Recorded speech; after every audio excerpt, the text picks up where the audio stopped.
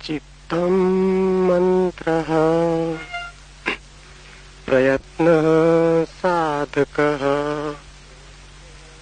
गुरूपायः शरीरं हविः ज्ञानम् अन्नम् विद्या संहारे तदुत्थ स्वप्न दर्शनम। चित्त ही मंत्र है, प्रयत्न ही साधक है, गुरु उपाय है, शरीर हवि है, ज्ञान ही अन्न है, विद्या के संहार से स्वप्न पैदा होते हैं।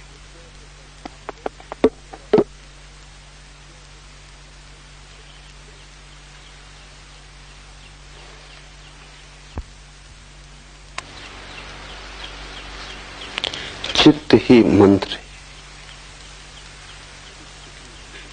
मंत्र का अर्थ है जो बार बार पुनरुक्त करने से शक्ति को अर्जित करे, जिसकी पुनरुक्ति शक्ति बन जाए। जिस विचार को भी बार बार पुनरुक्त करेंगे वो धीरे धीरे आचरण बन जाएगा। जिस विचार को बार बार दोहराएंगे जीवन में वो प्रकट होना शुरू हो जाए। जो भी आप हैं वो अनंत बार कुछ विचारों के दोहराए जाने का परिणाम है। सम्मोहन पर बड़ी खोजें हुई। आधुनिक मनोविज्ञान ने सम्मोहन के बड़े गहरे तलों को खोजा है। सम्मोहन की प्रक्रिया का गहरा सूत्र एक ही है कि जिस विचार को भी वस्तु में रूपांतरित करना हो उसे जितनी बार हो सके दोहराओ।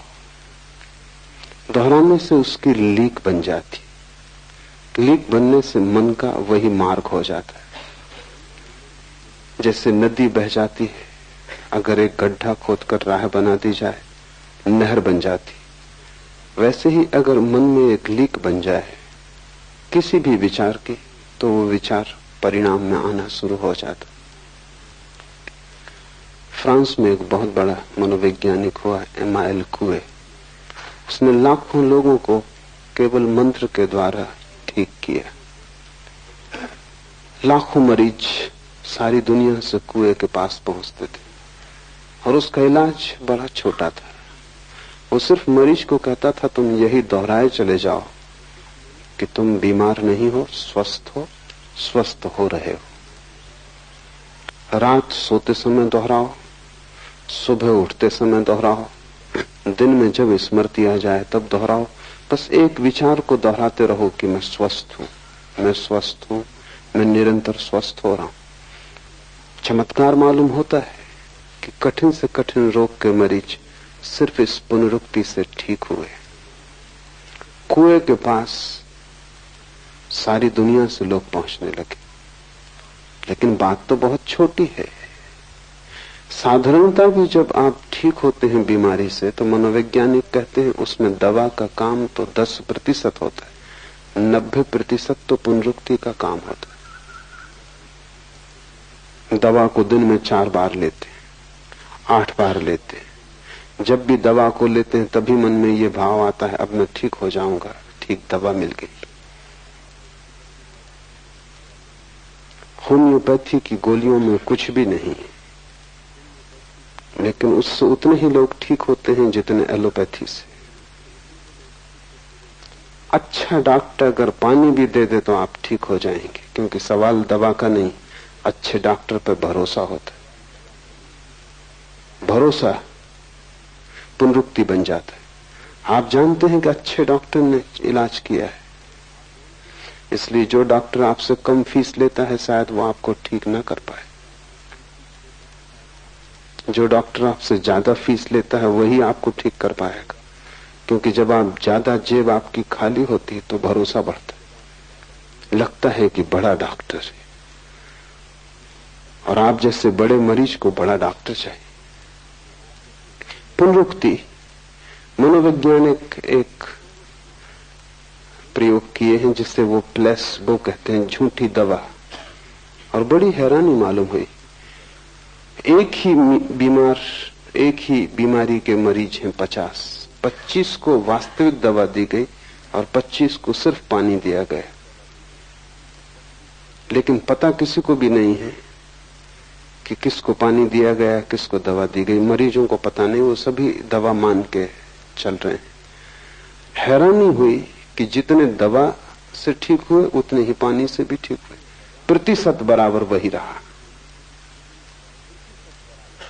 इसलिए जब कभी कोई पहली बार दवा खोजी जाती है तो उससे बहुत मरीज ठीक होते हैं, फिर धीरे धीरे संख्या कम हो जाती। इसलिए हर दवा 2-3 साल से ज्यादा नहीं चलती, क्योंकि जब पहली दफा दवा खोजी जाती है तो बड़ा भरोसा पैदा होता है कि अब खोज ली गई असली दवा।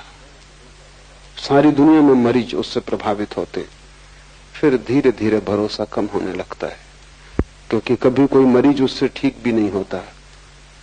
कभी कोई जिद्दी मरीज मिल जाता है जो सुनते नहीं दवा की न डॉक्टर की, उसके कारण दूसरे मरीजों का भरोसा भी क्षीण होने लगता है। धीरे धीरे दवा का प्रभाव खो जाता है। इसलिए हर 2 साल में नई दवाएं खोजनी पड़ती। दवाओं का भी प्रभाव विज्ञापन ठीक से किया जाए तो ही होता है। तो हर अखबार, पत्रिका, रेडियो, टेलीविजन, सब तरफ से प्रचार होना चाहिए।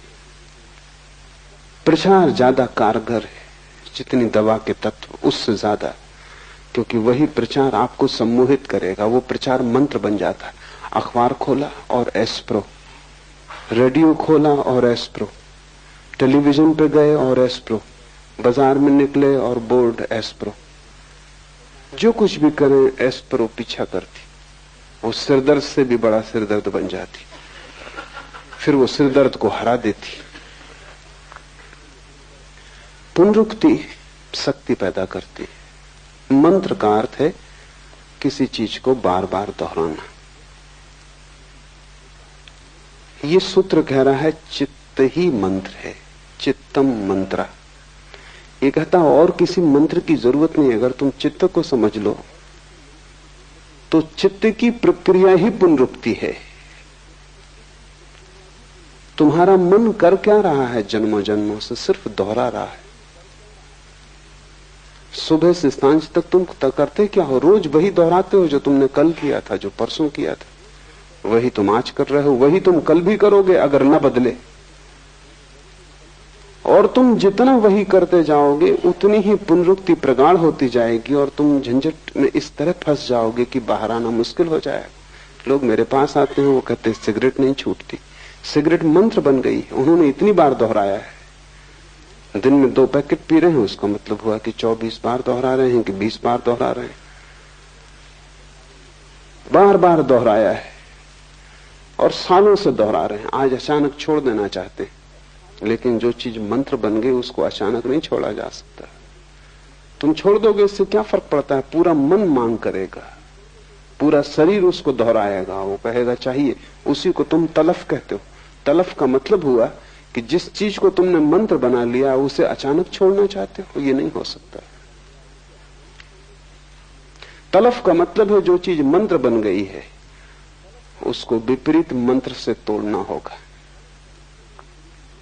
तो रूस में पावलव ने इस पे बहुत काम किया और पावलव अकेला आदमी है जिसने तलफ वाले मरीजों को ठीक करने में सफलता पाई।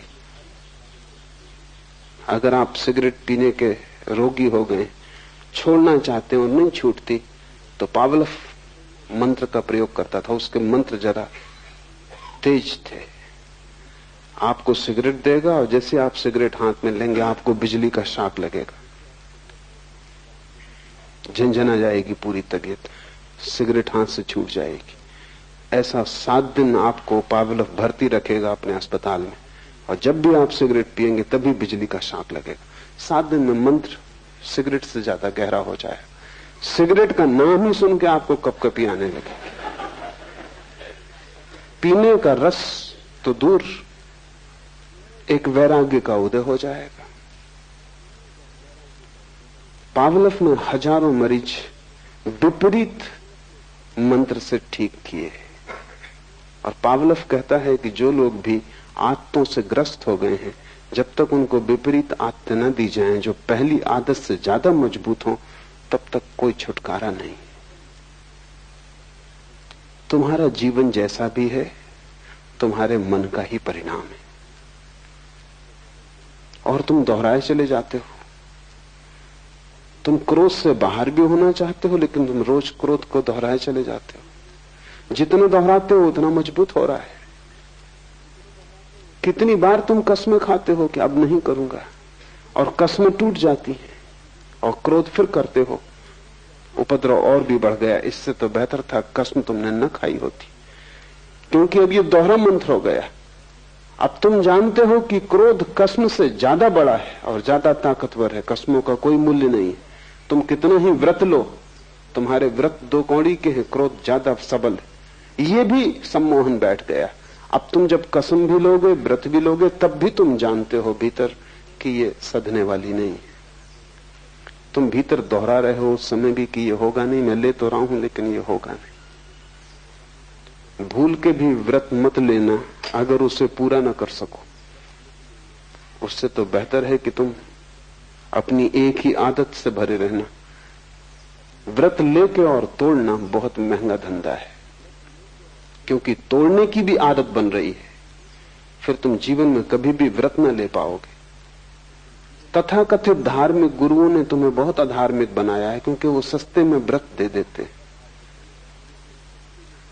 तुम मंदिर गए, तुम साधु के पास गए, मुनि के पास गए, और वो कहता है कोई व्रत लो। उसके प्रभाव में, मंदिर की शांति में, और फिर अहंकार में कि जब साधु कह रहा है तो ये कहना कि मैं कोई भी व्रत न ले सकूंगा बड़ी दीनता मालूम पड़ती। तो तुम कहते हो आज से सिगरेट छोड़ देंगे। मेरे एक मित्र हैं, उनका दिमाग जरा खराब है लेकिन आपसे बेहतर। वो एक मुनि के पास गए, जैन है, और मुनि ने कहा कि कोई व्रत लो। उन्होंने कहा अच्छी बात है, ले लिया। मुनि ने कहा क्या लिया? उन्होंने कहा आज से बीड़ी पिया करेंगे। दिमाग उनका खराब है, लेकिन व्रत का उन्होंने पालन किया है। वो तब तक बीड़ी पीते नहीं थे। और मैं आपको कहता हूं कि वो ज्यादा फायदे में रहे बजाय उस आदमी के जिसने नियम लिया कि मैं बीड़ी नहीं पीऊंगा और फिर बीड़ी पीनी शुरू कर दी। उसका व्रत भी टूट गया, उसकी आत्मग्लानि बढ़ गई। कम से कम वो सफल तो हुए। दिमाग उनका खराब हो, आपसे बेहतर। कम से कम इतना तो है कि व्रत पूरा किया है। इससे जब भी व्रत टूटता है तो आत्मग्लानि पैदा होती, अपराध पैदा होता है। और जितनी आत्मग्लानि पैदा होती, अपराध पैदा होता, उतना तुम दीन होते जाते हो। और आत्मा तो उसको मिलेगी जो सम्राट है, जो दीन नहीं। तुम आत्मा से दूर हटते जाते हो। मन का स्वरूप समझो तो ये सूत्र समझ में आ जाएगा। मन की सारी कला पुनरुक्ति है। मन मंत्र है। जो जो तुमने दोहराया है वही तुम्हारी आदत बन गई है। जो जो तुम दोहराते रहोगे वही तुम्हारे जीवन में आता रहेगा। जन्मों जन्मों से तुमने एक ही बात दोहराई है तो वही बात तुम्हें बार बार उपलब्ध हो जाती, और तुम गलत को दोहराने से बंधे हो। क्या करना? पहली बात, गलत को तोड़ने की जल्दी मत करना। बेहतर यह होगा कि गलत को तोड़ने की कोशिश करने की बजाय तुम सही को करने के नया मंत्र सीखना। तुम सिगरेट पीते हो, कोई हर्जा नहीं, तुम ध्यान सीखना। सिगरेट ध्यान में जरा भी बाधा नहीं। तुम ध्यान सीखना, तुम ध्यान के मंत्र को सघन करना। जिस दिन ध्यान के मंत्र में तुम सफल हो जाओगे उस दिन तुम्हें आत्मगौरव उपलब्ध होगा। उस आत्मगौरव और ध्यान की सफलता में सिगरेट को छोड़ना आसान हो जाएगा, क्योंकि तुमने एक विधायक मंत्र पूरा कर लिया। नकारात्मक मत बनना, अन्यथा तुम मुश्किल में पड़ोगे। पश्चाताप, पाप, पीड़ा और उदासी पकड़ लेगी। तुम्हारे साधु मंदिरों में बैठे हैं, सब उदास हैं। उनके जीवन में कोई हंसी नहीं है, कोई खुशी नहीं है, कोई प्रसन्नता, उत्फुल्लता नहीं है। क्योंकि उन्होंने नकारात्मक मंत्रों का उपयोग किया, नेगेटिव उनकी खोज है। क्या क्या गलत है वो उन्होंने छोड़ा। मैं तुमसे कहता हूं गलत को छोड़ने की जल्दी मत करना, तुम ठीक को पकड़ने की जल्दी करना। जिस दिन ठीक तुम्हें पकड़ जाएगा, गलत को छोड़ना बहुत आसान हो जाएगा। तुम बीमारी से मत लड़ना, तुम स्वास्थ्य को पाने की कोशिश करना। वही कुएं अपने मरीजों को कह रहा है, वो कह रहा है कि मैं स्वस्थ हो रहा हूं। तुम यही भाव दोहराओ। उल्टा विपरीत भी तुम कर सकते हो। तुम्हारे सिर में दर्द है, तुम ये भी कह सकते हो कि नहीं मुझे सिर दर्द नहीं, लेकिन जितनी बार तुम ये कहोगे उतने बाहरी सिर दर्द शब्द को भी तुम दोहरा रहे हो। और जितनी बार तुम कहोगे कि सिर दर्द नहीं है, अगर सिर दर्द है तो तुम्हारे कहने से क्या होगा, भीतर तो तुम जानते हो तुम्हारा कहना झूठ है। ऊपर तुम कितना ही कहो कि सिर दर्द नहीं, लेकिन सिर दर्द हो रहा है, भीतर तो तुम यही कहोगे कि हो रहा है। ये कुएं कहता है तो दोहरा रहे हैं, लेकिन सिर दर्द हो रहा है। कुएं के कहने से तुम्हारा सिर दर्द नहीं मिटेगा, तुम्हारा सिर दर्द तो तुम्हारी भीतरी प्रक्रिया से ही मिटेगा। नकारात्मक शब्द पकड़ना ही मत। इसलिए मैं कहता हूं संसार को छोड़ने की कोशिश मत करना, परमात्मा को पाने की कोशिश करना। इसलिए मैं कहता हूं त्याग की दिशा में मत जाना, परम भोग की खोज करना। क्या गलत है उस पर आंख मत गड़ाना, क्योंकि गलत को छोड़ने के लिए भी तो गलत को देखना पड़ता है बार बार, और जितना तुम देखते हो उतना ही मंत्र दोहराया जा रहा है। और जिस चीज को भी तुम देखते रहते हो उससे तुम सम्मोहित हो जाते हो। दुनिया भर में बहुत खोजबीन चली है कार के एक्सीडेंटों के बाबत, क्योंकि अब कार के एक्सीडेंट से उतने आदमी मर रहे हैं जितने युद्धों में भी नहीं मर रहे। दूसरे महायुद्ध में 1 साल में जितने आदमी मरे, उससे 2 गुने आदमी सिर्फ कार के एक्सीडेंट से मर रहे हैं सारी दुनिया में। बहुत बड़ी संख्या है, कुछ करना जरूरी है। और बहुत सी बातें प्रकाश में आई हैं। उसमें एक बात तो ये प्रकाश में आई है कि कार के एक्सीडेंट अक्सर रात 12 बजे और 3 बजे के बीच में होते हैं। 50% एक्सीडेंट, दुर्घटनाएं रात 12 बजे और 3 बजे के बीच में होती, क्योंकि वो समय निद्रा का समय और मन तंद्रा में हो जाता है, होश खो जाता है। उस होश सम्मोहन बिल्कुल आसान है और ड्राइवर सम्मोहित हो जाता है, क्योंकि कार की पुनरुक्त होती आवाज, वही आवाज बार बार दोहर रही। रास्ते पर आंख गड़ी है, वही रास्ता सैकड़ों मील तक दिखाई पड़ रहा है। और मनोवैज्ञानिक कहते हैं कि रास्तों पर बीच में जो सफेद लकीर डाली जाती, उसके कारण हजारों लोग मर रहे हैं, क्योंकि उस लकीर को देखते देखते देखते देखते ड्राइवर उसको देखता रहता, सम्मोहित हो जाता है। फिर वो होश में नहीं है, वो नशे में है।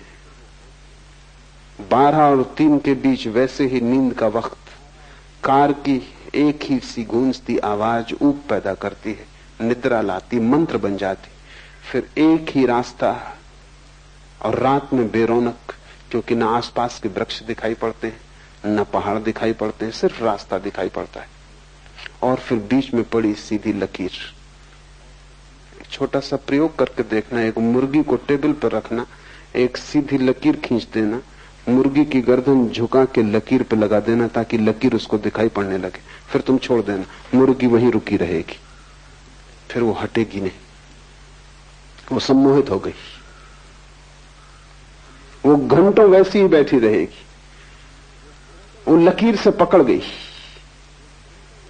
लकीर ने उसे पकड़ लिया। मनोवैज्ञानिक कहते हैं कि ड्राइवर को लकीर पकड़ लेती बीच में, इसलिए वो कहते हैं कि रास्ते सीधे मत बनाओ, रास्ते में भेद होना चाहिए ताकि तंद्रा टूटे, और एक सी पुनरुक्ति नहीं होनी चाहिए। वो ये भी सुझाव देते हैं कि कार की आवाज भी बीच बीच में थोड़ी बदले तो ठीक होगा, बदलाहट से तंद्रा टूटेगी और सैकड़ों दुर्घटनाएं कम हो जाएंगी। तुम्हारी जिंदगी की भी दुर्घटनाएं सैकड़ों कम हो सकती हैं। एक तो गलत पे तुम नजर मत बांधो, क्योंकि जिसको तुम देखोगे वो तुम्हारे भीतर प्रविष्ट होता जाता है। और तुम गलत पर नजर बांधने के आदी हो। तुम्हारे भीतर जो जो बुरा है उसी पर तुम ध्यान देते हो। क्रोधी अक्सर क्रोध पर ध्यान देता है, कैसे छुटकारा पाऊं। हालांकि वो सोचता है कि मैं छुटकारा पाने के लिए ध्यान दे रहा हूं, लेकिन उसे पता नहीं कि जितना तुम क्रोध पर ध्यान दे रहे हो उतना ही क्रोध की लकीर से तुम सम्मोहित हो जाओगे। कामी काम वासना पर ध्यान लगाए रखता है। मैंने सुना है मुल्ला नसरुद्दीन बूढ़ा हो गया, 100 साल की उम्र का हो गया। पत्रकार उसके घर आए उसकी भेंट लेने, क्योंकि वो अकेला आदमी था जो उस इलाके में 100 साल का हो गया था। उन्होंने कई प्रश्न पूछे। उनमें एक प्रश्न ये भी था कि तुम्हारा स्त्रियों के संबंध में क्या ख्याल है। नसरुद्दीन ने कहा, ये बात ही मत पूछो मुझसे। 3 दिन पहले ही मैंने उनके संबंध में सोचना बंद कर दिया। 100 साल का आदमी, वो भी अभी 3 दिन पहले तक उनके ही संबंध में सोच रहा था।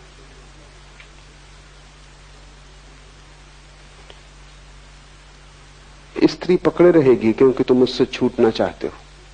वो तुम्हारा नकारात्मक मंत्र बन गया। तुम जिससे छूटना चाहते हो उससे तुम छूट ना पाओगे। गलत को देखने अगर तुम लग गए तो तुम गलत पर ध्यान कर रहे हो। महावीर ने ध्यान के 4 रूप कहे, 2 गलत 2 सही। दुनिया में किसी भी आदमी ने गलत को ध्यान नहीं कहा है, महावीर ने कहा है। मनोवैज्ञानिक उनसे राजी होंगे। उन्होंने कहा गलत ध्यान भी ध्यान तो है ही, जिससे क्रोध ही ध्यान मग्न हो जाता है, क्योंकि क्रोध में सारी दुनिया मिट जाती। क्रोध में चित्त एकाग्र हो जाता है, इसलिए क्रोध में बड़ी शक्ति आ जाती है। तुमने कभी ख्याल किया, क्रोधी आदमी अपने से दुगने ताकतवर आदमी को उठा के फेंक देगा क्रोध में। होश में होता, क्रोध में होता तो 25 दफा सोचता कि इस आदमी से झंझट लेनी कि नहीं, दुगना ताकतवर है। क्रोध में आदमी बड़ी से बड़ी चट्टान सरका देता है, होश में सोच भी नहीं सकता। क्रोध में आदमी कुछ भी कर लेता, क्रोध में सारी शक्ति जग जाती। क्या होता है, बढ़ती हुई शक्ति जो सब तरफ जा रही थी एकाग्र हो जाती। जैसे किरणें सूरज की इकट्ठी हो जाएं तो आग पैदा हो जाती, ऐसा क्रोध में चित्त इकट्ठा हो जाता है, आग पैदा हो जाती। महावीर ने उसको भी ध्यान कहा है। महावीर ने कहा आर्त और रौद्र 2 गलत ध्यान है। दुख में भी आदमी ध्यान मग्न हो जाता है। कोई मर गया तब तुम रोते हो, चीखते हो, चिल्लाते हो, बस एक पर ही ध्यान अटक जाता है। गलत ध्यान से बचना, और तुम सभी गलत ध्यान में लगे हो। तुम्हारे जीवन की तकलीफ ही यही है, मूल पीड़ा और बीमारी यहां है कि तुमने अपनी आंखें गलत पर जमा ली हैं। क्या क्या गलत है उसे छोड़ना, और तुम सोच रहे हो कि छोड़ने के लिए ही तुम ये कर रहे हो। इस ध्यान के कारण ही तुम नहीं छोड़ पा रहे हो। मैं तुमसे कहता हूं संसार की फिक्र ही छोड़ दो, तुम परमात्मा पर ध्यान लगाओ। तुम क्रोधी हो, सारी दुनिया क्रोधी है, क्रोध पर आंखें मत गड़ाओ, करुणा पर आंखें गड़ाओ। तुम जो सही है उसको ध्यान में लाओ, और जैसे जैसे सही में शक्ति बढ़ेगी गलत से शक्ति विसर्जित हो जाएगी, क्योंकि शक्ति तो एक ही है, तुम सब तरफ नहीं लगा सकते। अगर तुमने शांत होने की चेष्टा पर ध्यान लगा दिया तो जब तुम अशांत होना चाहोगे तब तुम पाओगे कि शक्ति तुम्हारे पास है नहीं, वो शांति की तरफ बह गई। और जिसने शांति का स्वाद ले लिया वो अशांत होना क्यों चाहेगा। अशांत तो वही होता है जिसने शांति का स्वाद नहीं लिया। जिसने परमात्मा का रस नहीं लिया वही संसार में डूबता है, लिप्त होता है। इसे बहुत ठीक से ख्याल में ले लो। नकार से बचना, नहीं से बचना, बुरे को छोड़ने की फिक्र मत करना, क्योंकि छोड़ने में ही तुम सम्मोहित हो जाओगे और बुरे को तुम कभी भी न छोड़ पाओगे। जिसको भी हम छोड़ना चाहते हैं उसमें एक पकड़ आ जाती है। मैंने सुना है एक आदमी एक होटल में मेहमान हुआ, मैनेजर ने कहा हम दे ना सकेंगे कमरा, कमरा तो खाली है लेकिन उसके नीचे एक आदमी ठहरे हुए, वो बहुत उपद्रवी है, जरा सी भी आवाज ऊपर हो गई तो वो बखेड़ा खड़ा कर देंगे। उनकी वजह से उनके ऊपर का कमरा हमने खाली ही छोड़ दिया है। उस आदमी ने कहा कि चिंता आप ना करें, मैं तो बाजार में दिन भर उलझा रहूंगा, रात कोई 11-12 बजे लौट के सो जाऊंगा और 3 बजे की मुझे गाड़ी पकड़ लेनी, 3 घंटे मुश्किल से मैं इस कमरे में रहूंगा, कोई कारण नहीं है मेरे द्वारा उपद्रव होने का, फिर मैं ध्यान भी रखूंगा, आपने बता दिया तो ठीक किया। वो आदमी 12 बजे थका मांदा बाजार से काम करके लौटा, बिस्तर पर बैठा, एक जूता छोड़ के उसने पटका, फर्श पे गिरा तो उसे ख्याल आया कि कहीं उस आदमी की नींद न टूट जाए, तो उसने दूसरा चुपचाप रख के वो सो गया। कोई 15 मिनट बाद नीचे के आदमी ने आके दस्तक दी, दरवाजा खोला तो वो आदमी क्रोध से कप रहा था। ये घबरा गया कि रात अंधेरा, अब क्या? उसने कहा क्या भूल हो गई, मैं तो सो चुका था। उस आदमी ने कहा भूल, दूसरे जूते का क्या हुआ?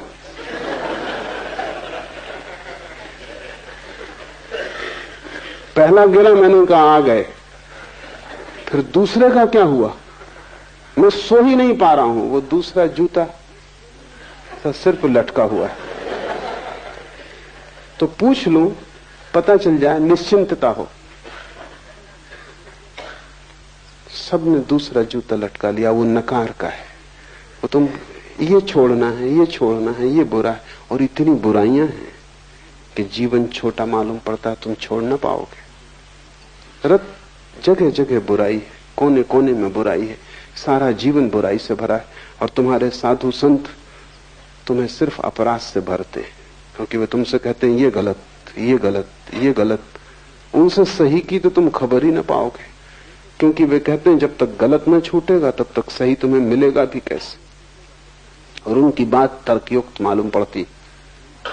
वो ये कह रहे हैं कि जब तक अंधेरा न जाएगा तब तक प्रकाश जलेगा कैसे। और मैं तुमसे कहता हूं कि अगर तुमने उनकी बात सुन ली तो कितनी ही तर्कयुक्त मालूम होती, तुम भटक जाओगे जन्मों जन्मों तक। उन्हीं की बात से तुम भटके हुए हो, तुम्हें शैतानों ने नहीं भटकाया है, तुम्हारे तथाकथित संतों ने भटकाया है। क्योंकि बात तर्कयुक्त लगती है, जब तक गलत ना छूटेगा ठीक कैसे मिलेगा। लेकिन कभी तुमने कोशिश की है अंधेरे को हटाने की? पहले अंधेरा हट जाए फिर दिया जलाओगे तो फिर तुम कभी ना जला पाओगे। मैं तुमसे कहता हूं तुम दिया जलाना, अंधेरे की तुम बात ही मत करो, क्योंकि दिया जलते ही अंधेरा हट जाता है। तुम प्रकाश लाओ, अंधेरे पर ध्यान मत करो। दुनिया में कोई अंधेरे को कभी नहीं हटा पाया, बुराई कभी नहीं हटाई जा सकती, भलाई लाई जा सकती, संसार कभी नहीं छोड़ा जा सकता, आत्मा पाई जा सकती, और आत्मा के पाते ही संसार छूट जाता है। हम उसे पकड़े ही इसलिए हैं कि उससे बेहतर हमें दिखाई नहीं पड़ता, और जब तक बेहतर न दिखाई पड़ जाए तुम उसे छोड़ोगे भी कैसे? तुम छोड़ना भी चाहोगे तो भी तुम छोड़ ना पाओगे। तुम लड़ोगे, परेशान होगे, तुम अपने को थका लोगे, मिटा लोगे, लेकिन कहीं पहुंचोगे नहीं। तुम्हारी जिंदगी एक व्यर्थ की दौड़ धूप हो जाएगी। फिर तुम उतर आओगे शरीर में, फिर वही चक्र शुरू हो जाएगा। इससे जो बच गया बुराई पर ध्यान देने से, वो भलाई को उपलब्ध हो जाता है। चित्त मंत्र है, चाहे बुराई के लिए उपयोग कर लो चाहे भलाई के लिए, पुनरुक्ति शक्ति बन जाती। तुमसे क्रोध होता है, स्वीकार कर लो। कितनी बार क्रोध होता है, तुम क्रोध का पश्चाताप भी मत करो, तुम क्रोध से लड़ो भी मत। जितनी बार क्रोध हो उतनी बार करुणा के कृत्य भी करो। जितनी बार लोगों को तुमसे हानि पहुंचती हो उतनी बार लोगों को तुम लाभ भी पहुंचाओ। तुम जरा लोगों को लाभ पहुंचाने का रस भी लो।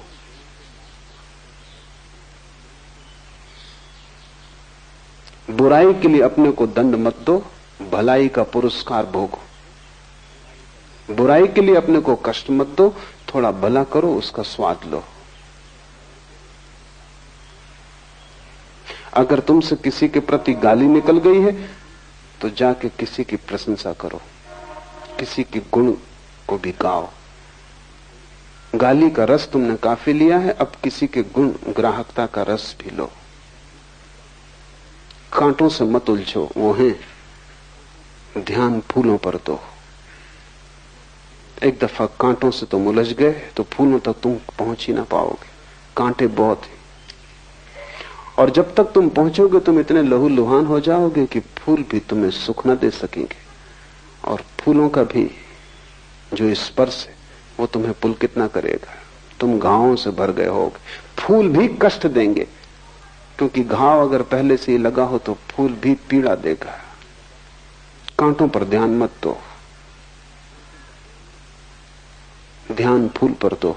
और अगर तुम फूल के रस में डूब गए तो तुम एक दिन पाओगे कि कांटे हैं ही नहीं, क्योंकि फूल के रस में जो डूब जाए उसे कांटा भी चुभ नहीं सकता। असली सवाल फूल के रस में डूबने का है, विष में विमुक्त हो जाने का है। असली बात परमात्मा की शराब पी लेने का है, तब तुम्हें इस संसार की शराबें आकर्षित न करेंगी। अन्यथा तुम लड़ोगे उन्हीं से और उन्हीं से पराजित होगे। बुराई से जो लड़ता है वो बुराई से पराजित होता है। बुराई से लड़ने वाला मन बुराई का मंत्र बना लेता है, क्योंकि चित्त मंत्र है। चित्त की इस प्रक्रिया को समझो कि चित्त दोहराता है। तुमने कभी ख्याल किया है? एक 7 दिन अपने चित्त का निरीक्षण करो, लिखो चित्त जो जो दोहराता है, और तुम पाओगे एक वर्तुलाकार चित्त का भ्रमण है। अगर तुम ठीक से निरीक्षण करोगे तो तुम पाओगे जैसे रात आती है, दिन आता है, सुबह होती, सांझ होती, ऐसे ही चित्त में क्रोध का बंधा हुआ समय, प्रेम का बंधा हुआ समय, काम वासना का बंधा हुआ समय, लोभ का बंधा हुआ समय। ठीक उसी समय पर लोभ तुम्हें पकड़ता है जैसे भूख पकड़ती, लेकिन तुमने कभी निरीक्षण नहीं किया। अन्यथा तुम अपना 28 दिन का कैलेंडर बना सकते हो और तुम लिख सकते हो कि सोमवार की सुबह मुझसे सावधान। पत्नी बच्चे घर में जान सकते हैं कि सोमवार की सुबह पिताजी से जरा दूर रहना। और इसका उपयोग हो सकता है, क्योंकि तुम सोमवार की सुबह अगर ठीक से निरीक्षण तुमने किया कुछ दिनों तक, तो तुम पकड़ लोगे वे बिंदु जहां वर्तुल की तरह तुम्हारा मन घूमता है। शरीर ही वर्तुलाकार नहीं है, मन भी वर्तुलाकार है। इस जगत में सभी गतियां वर्तुलाकार हैं, सर्कुलर है।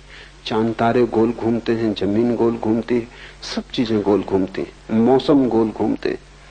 तुम्हारे मन की ऋतुआं भी गोल घूमती हैं। जिससे स्त्रियों को मासिक धर्म होता है, ठीक 28 दिन में वर्तुल पूरा होता है। अभी मनोवैज्ञानिक कहते हैं कि पुरुषों के भीतर भी वैसी ही रासायनिक प्रक्रिया होती है 28 दिन में जैसा स्त्रियों की, क्योंकि शरीर कुछ बहुत भिन्न नहीं है। तुमने ख्याल किया कि स्त्रियों को जब मासिक धर्म होता है वो ज्यादा चिड़चिड़ी, ज्यादा झगड़ेल, क्रोधी, उदास, परेशान, बेचैन हो जाती। हिंदू बहुत होशियार थे, वो उनको 3-4 दिन के लिए कमरों में अलग ही बंद कर देते थे, क्योंकि उस समय उनसे कुछ आशा करनी ठीक नहीं। उनके शरीर में इतनी रासायनिक प्रक्रिया हो रही कि उस रासायनिक प्रक्रिया में होश रखना उन्हें मुश्किल होगा, वो बेहोश हो जाएंगे। लेकिन ठीक 28 दिन पर हर पुरुष को भी ऐसा ही होता है। पुरुष का भी मासिक धर्म है। बाहर रक्तस्राव नहीं होता, लेकिन भीतर रस ग्रंथियों में रक्तस्राव होता है, इसलिए दिखाई नहीं पड़ता। लेकिन हर 28वें दिन पर तुम भी उदास, बेचैन, परेशान हो जाते हो। तुम थोड़ा निरीक्षण करो, तब तुम पाओगे कि तुम्हारे मन का एक वर्तुल है जो 28 दिन में पूरा होता है, 4 सप्ताह में पूरा होता है। और उस वर्तुल में तुम धीरे धीरे निरीक्षण की प्रक्रिया को प्रगाढ़ करोगे तो ठीक ठीक बिंदु खोज लोगे कब क्या होता है। तब तुम बड़े हैरान होगे। तब तुम पाओगे कि तुम क्रोधित किसी और के कारण नहीं होते, क्रोधित तुम्हारे भीतरी कारणों से होते हो, दूसरा तो सिर्फ बहाना है। तब तुम दूसरे पर जिम्मेवारी भी न डालोगे। तब तुम क्रोधित होगे तो दूसरे से क्षमा मांगोगे कि मुझे माफ करना, अभी मेरी दशा, मौसम ठीक नहीं। और ये संयोग की बात है कि तुम सामने पड़ गए, कोई दूसरा पड़ता तो उस पे ये उपद्रव होता।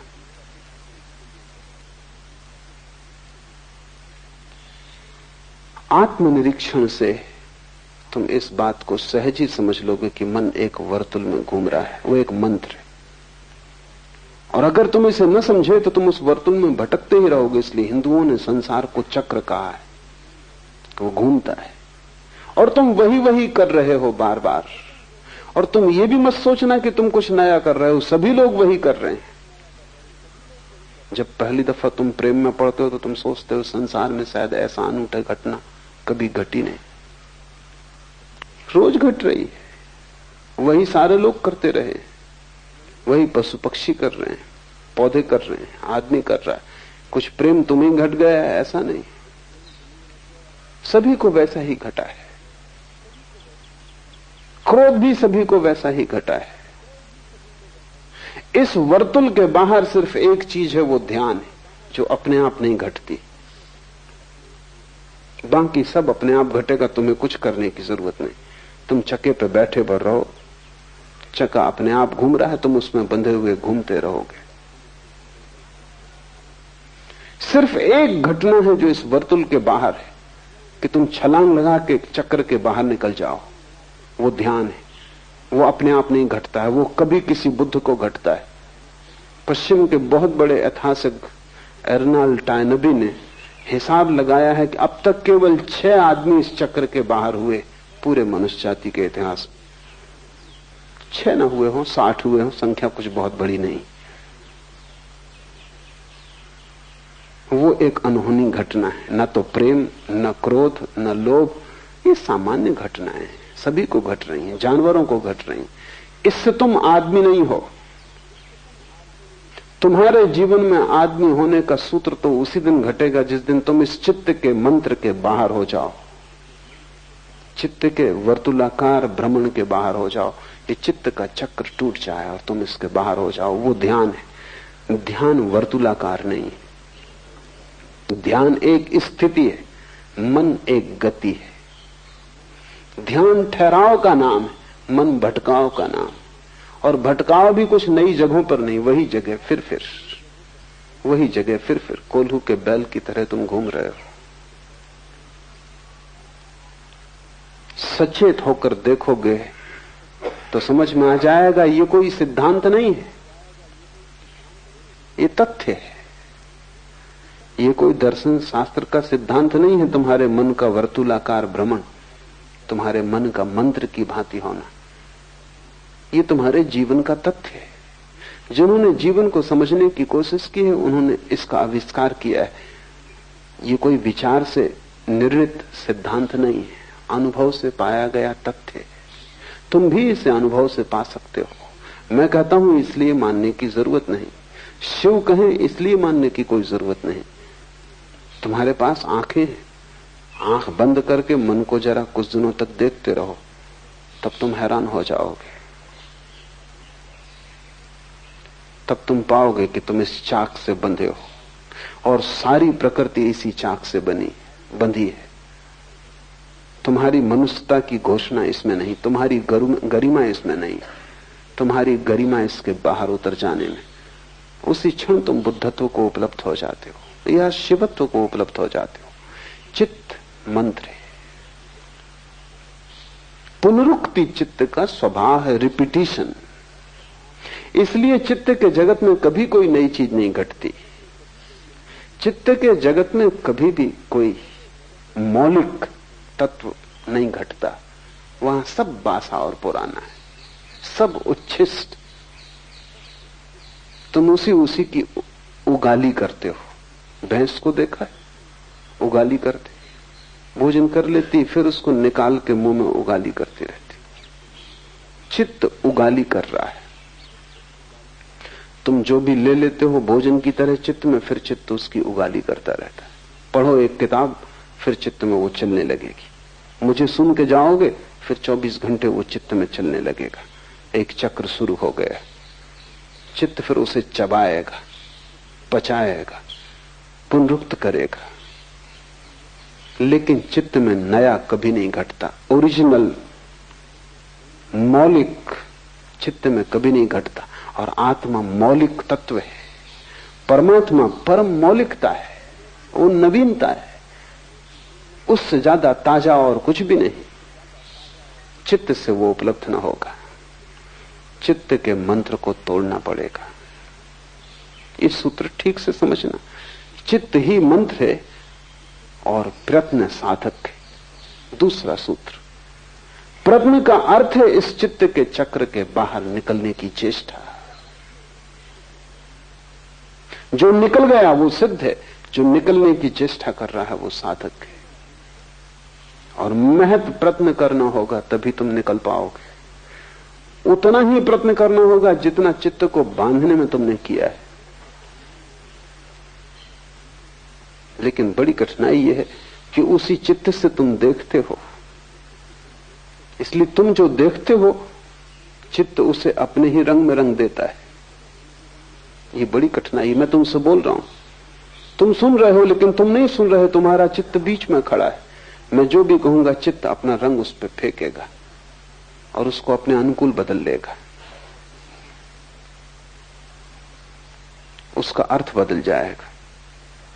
मुल्ला नसरुद्दीन शराब पिए एक बस में सवार हुआ। एक बूढ़ी औरत जिसके बाल सब सफेद हो गए, उसे बड़ी दया आई। मुल्ला अभी जवान था, मुंह से शराब की बदबू आ रही। तो उस बूढ़ी औरत ने उससे कहा, बेटे तुम्हें होश है या नहीं? तुम सीधी नरक की यात्रा पे जा रहे हो। मुल्ला उचक के खड़ा हो गया। उसने कहा, रोको भाई, मैं गलत बस में सवार हो गए।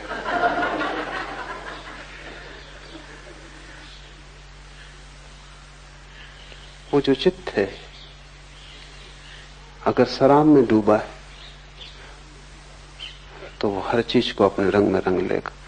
वो समझे कि ये बस नरक जा रही।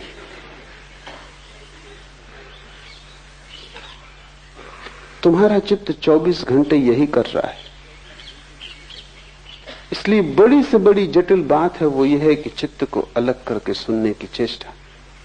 वही श्रावक, वही सम्यक श्रवण कि चित्त को तुम हटा दो और सीधा सुनो। प्रयत्न साधक है, चेष्टा करनी पड़ेगी, महत चेष्टा करनी पड़ेगी।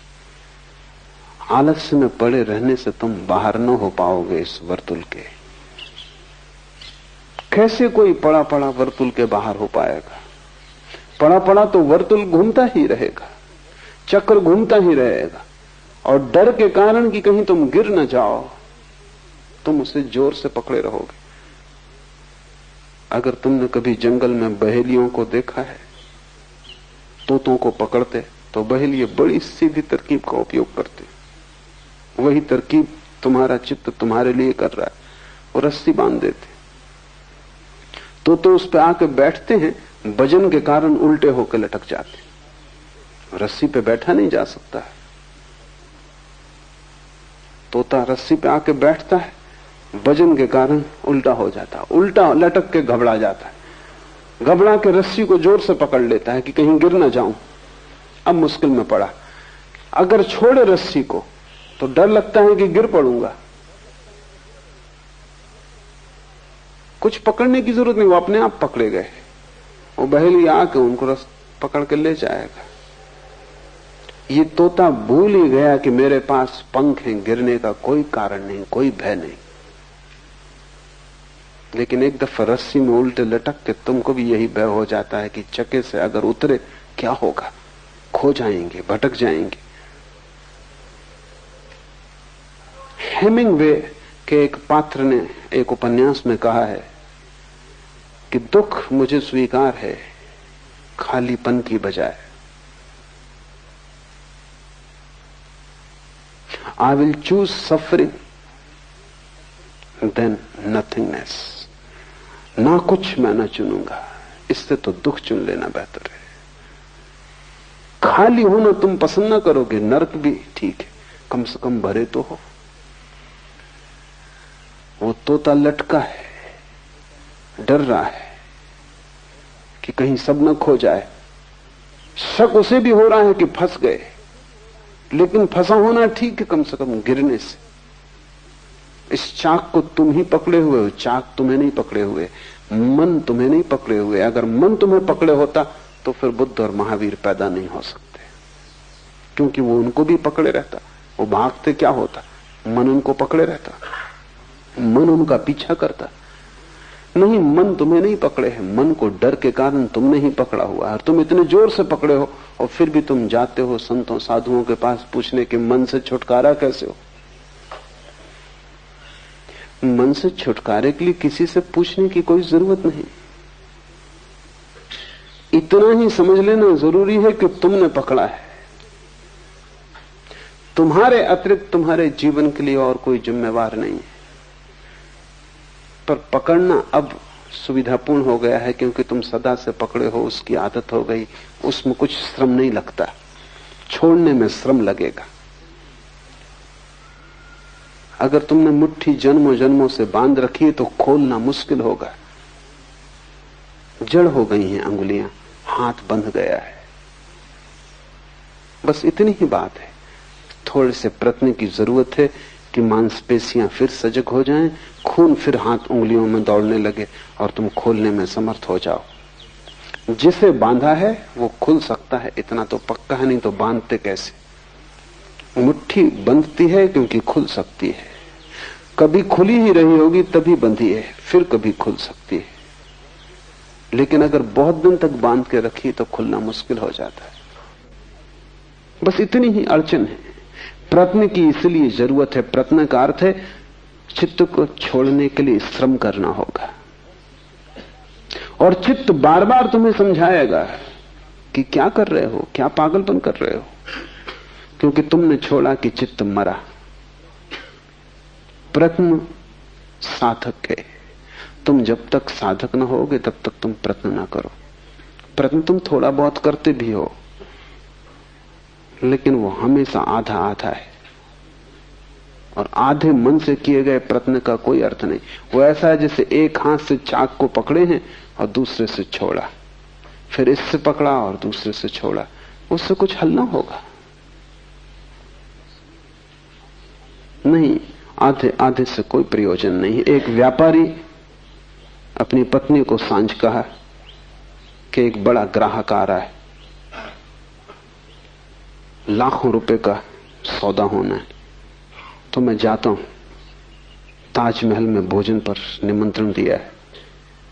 वो गया, रात आधी रात पिए खाए पिए लौटा। पत्नी ने कहा कुछ हुआ? उसने कहा 50-50, आधा आधा। पत्नी ने कहा चलो कुछ तो हुआ। फिर पत्नी ने सोचा कि मतलब क्या है आधे आधे का, तो उसने पूछा जब वो सोने ही जा रहा था पति की 50-50 का मतलब, तो उसने कहा मैं तो पहुंचा, वो ग्राहक नहीं आया।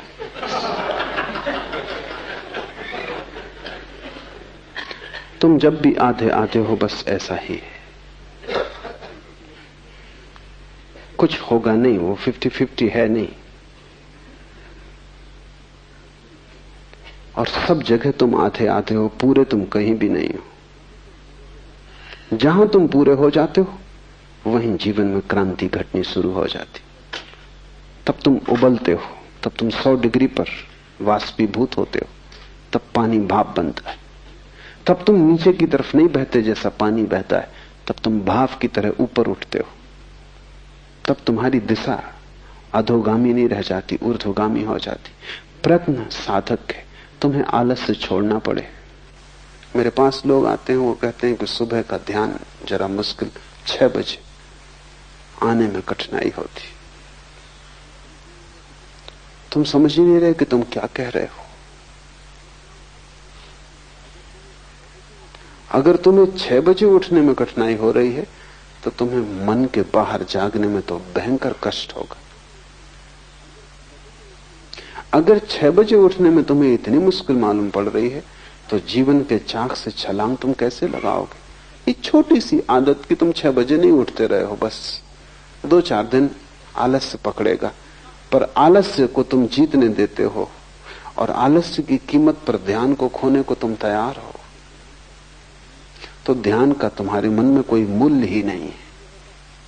अगर मूल्य होता तो ये सवाल तुम उठाते ना। कोई आता है वो कहता है कि 4 ध्यान में तो थकान हो जाती, अगर 2 छोड़ दें। तुम 4 ही छोड़ सकते हो, क्योंकि 4 में थकान होती, 2 में आधी होगी, लेकिन होगी तो ही। और मैं जानता हूं कि अगर मैं तुम्हारे मन को सुविधा दूं कि 2 छोड़ दो, कल तुम आओगे कि 1 ही करें, तो क्योंकि वही मन, 2 में भी तुम थकोगे तो ही। अगर तुम उस सूत्र को बांध कर चलते हो तो तुम आज नहीं कल आलस में डूबना ही पसंद करोगे, क्योंकि कुछ भी करने में श्रम तो होगा। ध्यान रहे, जीवन श्रम है, मृत्यु विश्राम है। तो अगर मरना हो तब कुछ करने की जरूरत नहीं, अगर जीना हो तो कुछ करना पड़ेगा। और अगर विराट जीना हो तो विराट उद्यम करना होगा। अगर परमात्मा को पाना हो तो ऐसा छोटा छोटा प्रयास काम नहीं करेगा, तुम्हारा पूरा जीवन ही प्रयास बन जाए। तुम रत्ती रत्ती दांव पर लगा दो अपने को, कुछ भी तुमने बचाया तो तुम चूक जाओगे। यहां पूरा ही दांव लगेगा तो ही तुम बच सकते हो। इसलिए थोड़े से लोग उपलब्ध हो पाते हैं, कोई कारण नहीं सिवाय आलस्य के। तुम ध्यान भी करते हो तो तुम ऐसे करते हो कहीं पैर में चोट ना लग जाए, कि कहीं किसी का धक्का ना लग जाए, कि ऐसा करें कि थक भी ना जाएं। तुम कर ही क्यों रहे हो? तुमसे कहा किसने? लेकिन तुम साफ भी नहीं हो, तुम ऐसे धुंधलके में जीते हो जहां सब अंधेरा अंधेरा है। तुम्हें यह भी पक्का नहीं कि तुम यहां आ कैसे गए, कैसे चले आए। तुम, कोई आ रहा था तुम साथ आ गए, कि सोचा चलो देखें, कि चलो देखें दूसरे क्या कर रहे हैं। तुम ऐसे ही धक्के खा रहे हो, और ऐसा अनंत जन्मों से चल रहा है, लेकिन धक्कों से कोई मंजिल पे नहीं पहुंचता। मंजिल कोई संयोग नहीं है कि तुम किसी भी भांति पहुंच जाओगे। मंजिल एक गंतव्यपूर्ण यात्रा है। मंजिल एक दिशा की तरफ सारे जीवन की धारा को लेकर चलने का श्रम। मंजिल एक संकल्प है। संकल्प करते ही तुम्हारा मन एक धारा में आ जाता है, शक्ति इकट्ठी हो जाती, तो ऊर्जा तुम में महान है। तुम जितना सोचते हो कि इतनी कम शक्ति है कि इतने जल्दी थक जाओगे, वो तुम गलती में हो। मनुष्य के शरीर में शक्ति के, ऊर्जा के 3 तल हैं। एक तल ऊपर का है जो रोजमर्रा काम के लिए, जैसे तुम जेब खर्च के लिए खीसे में कुछ रुपए डाल रखते हो, वो तुम्हारी पूरी संपदा नहीं। वो जेब खर्च के लिए है कि बाजार गए कुछ सामान वगैरह लाना, कुछ रुपए।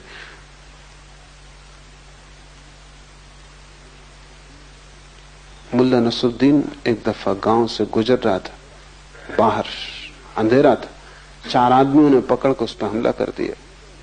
उसने इस भयंकर ढंग से लड़ाई की कि चारों को पछाड़ दिया। बामुश्किल वो 4 उस पर कब्जा कर पाए, बामुश्किल। और जब उसके खीसे में हाथ डाला तो केवल 7 पैसे थे। तो उनने कहा हद कर दी नसरुद्दीन, 7 पैसे के लिए। नसरुद्दीन ने कहा कि मैं नहीं समझा कि तुम 7 पैसे के लिए लड़ रहे हो। बाएं पैर के जूते में 500 रुपए छिपा रखे।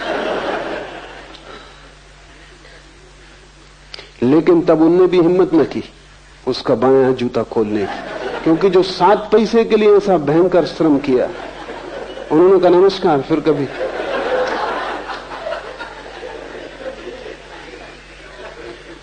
वो जो तुम्हारी रोजमर्रा की ऊर्जा है वो 7 पैसे से ज्यादा नहीं है। वो रोज काम के लिए है, उठना बैठना, भोजन करना, पचाना, सोना, कामधाम, ऊपर का अंग है, खीसे में पड़े हुए पैसे। जब तुम ध्यान शुरू करते हो वो चुक जाती, जल्दी चुक जाती, क्योंकि ध्यान उसने कभी किया नहीं, वो एक नया क्रम शुरू हो गया। अगर तुम उसकी ही बात मान के रुक गए तो तुम कभी ध्यान न कर पाओगे। उसकी तुम सुनो मत।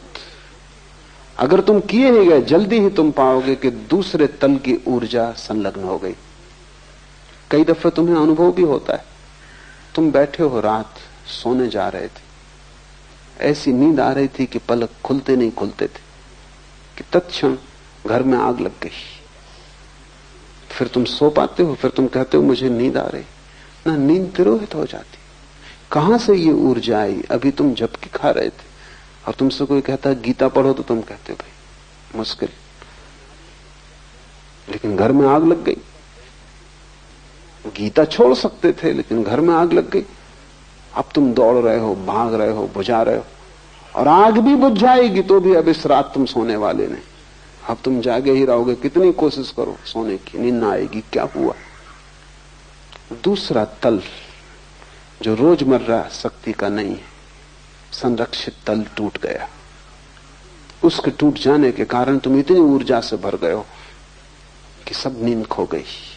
अगर तुमने ध्यान का प्रयोग जारी रखा, तुम थके ना, जल्दी ही दूसरी ऊर्जा उपलब्ध होगी। उसके उपलब्ध होते ही तुम पाओगे कि कितना ही ध्यान करो थकने वाला नहीं है, कुछ भीतर खर्च होने वाला नहीं। ये भी दूसरा तल है, एक तीसरा तल है। ये दूसरा तुम्हारा खजाना है, ये भी चुक सकता है, इतनी आसानी से नहीं जितनी आसानी से पहला तल चुकता है। ये भी एक दिन चुकेगा। महत उपाय तुम करते रहोगे ध्यान के तो एक दिन ये भी चुकेगा, और तब तीसरा तल टूटता है। वो तल तुम्हारा नहीं, वो परमात्मा का है, वो कभी भी नहीं चुकता। लेकिन अगर तुमने आलस्य किया तो तुम दूसरे तल पे ही नहीं पहुंचोगे, तीसरे पर पहुंचने का तो कोई सवाल नहीं। परमात्मा परम ऊर्जा है, तुम्हारे भीतर ही छुपा है। पहला तल तुम्हारे मन का, दूसरा तल तुम्हारी आत्मा का, तीसरा तल परमात्मा का। मन को चुकाओ तो आत्मा की ऊर्जा उपलब्ध होगी, आत्मा को भी चुका दो तो परमात्मा की ऊर्जा उपलब्ध होगी, जो शाश्वत, जिसके फिर चुकने का कोई उपाय नहीं। फिर तुम विराट के साथ एक हो गए। इसलिए शिव कहते हैं प्रयत्न साधका।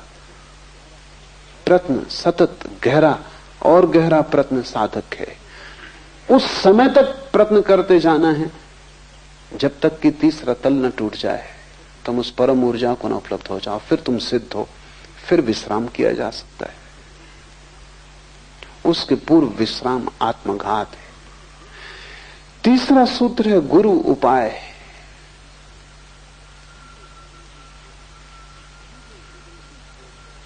ये जो जीवन की खोज है तुम अकेले न कर पाओगे, क्योंकि अकेले तो तुम अपने वर्तुल में बंद हो, तुम्हें उसके बाहर दिखाई भी नहीं पड़ता। उसके बाहर कुछ है इसकी खबर भी तुम्हें नहीं है। तुम जो हो अपनी खोल में बंद, तुम समझते हो यही जीवन है। यह खबर तुम्हें बाहर से किसी को देनी पड़ेगी जिसने इससे विराट जीवन को जाना हो। तुम अपने घर में कैद हो, तुम्हें पता भी नहीं कि घर के बाहर खुला आकाश, चांद तारे। ये तो कोई जो चांद तारों को देख कर आया हो और तुम्हें घर में दस्तक दे और कहे कि बाहर आओ, कब तक भीतर बैठे रहोगे? पहले तो तुम यही पूछोगे कि बाहर जैसी कोई चीज भी है। यही तो लोग पूछते हैं कि परमात्मा जैसी कोई चीज है, आत्मा जैसी कोई चीज है। और तुम चाहते हो कि सिद्ध कर दे कोई घर के भीतर बैठे हुए कि आकाश है। कैसे सिद्ध करेगा?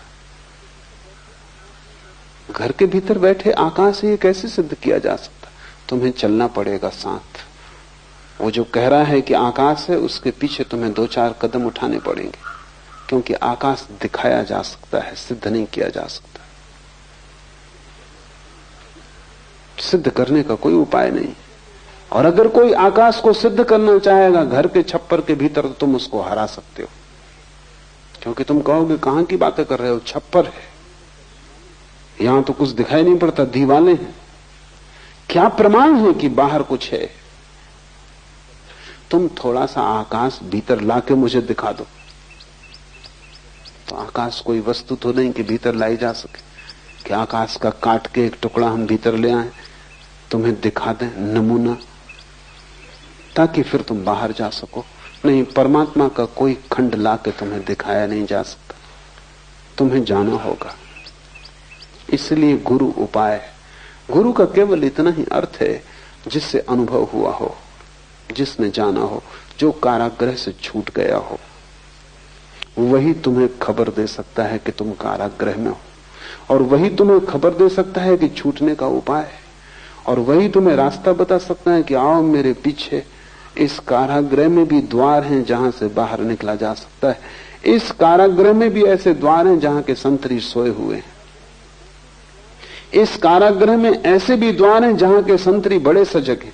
अगर तुमने वहां से निकलने की कोशिश की तो तुम और मुसीबत में पड़ जाओगे।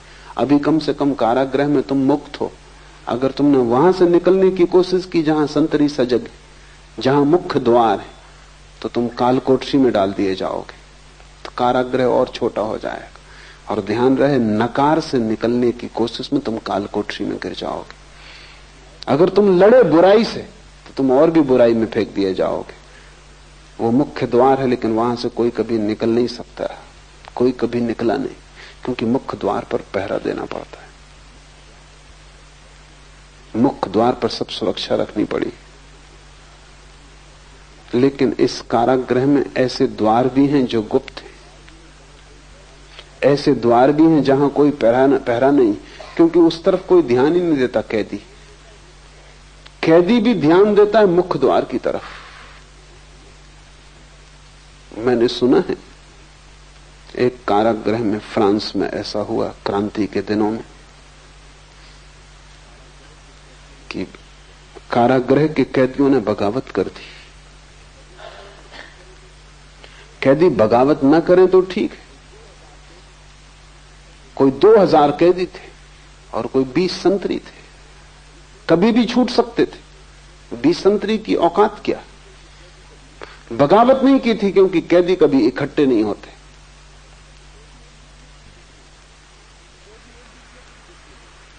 कैदी एक दूसरे के भी दुश्मन होते हैं। साथ होने के लिए इतनी भी सरलता नहीं होती। मित्रता बनाने का उपाय नहीं होता, एक दूसरे के शत्रु होते। इसलिए 20 संतरी काफी थे। फिर बगावत कर दी, कैदी इकट्ठे हो गए। उन्होंने बगावत कर दी तो जो प्रधान जेलर था वो घबराया। उसने कहा क्या करें। उसने पहला काम ये किया कि संतरियों से कहा कि मुख्य द्वार की फिक्र छोड़ दो, तुम जाके छोटी खिड़कियों और दरवाजों पर खड़े हो जाओ। संतरियों ने कहा भी कि यह निर्णय बड़ा गलत है।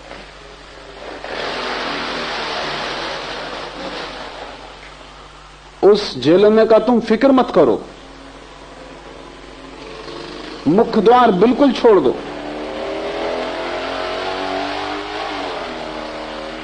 मुख्य द्वार खाली छोड़ दिया गया, वहां एक भी संतरी न था।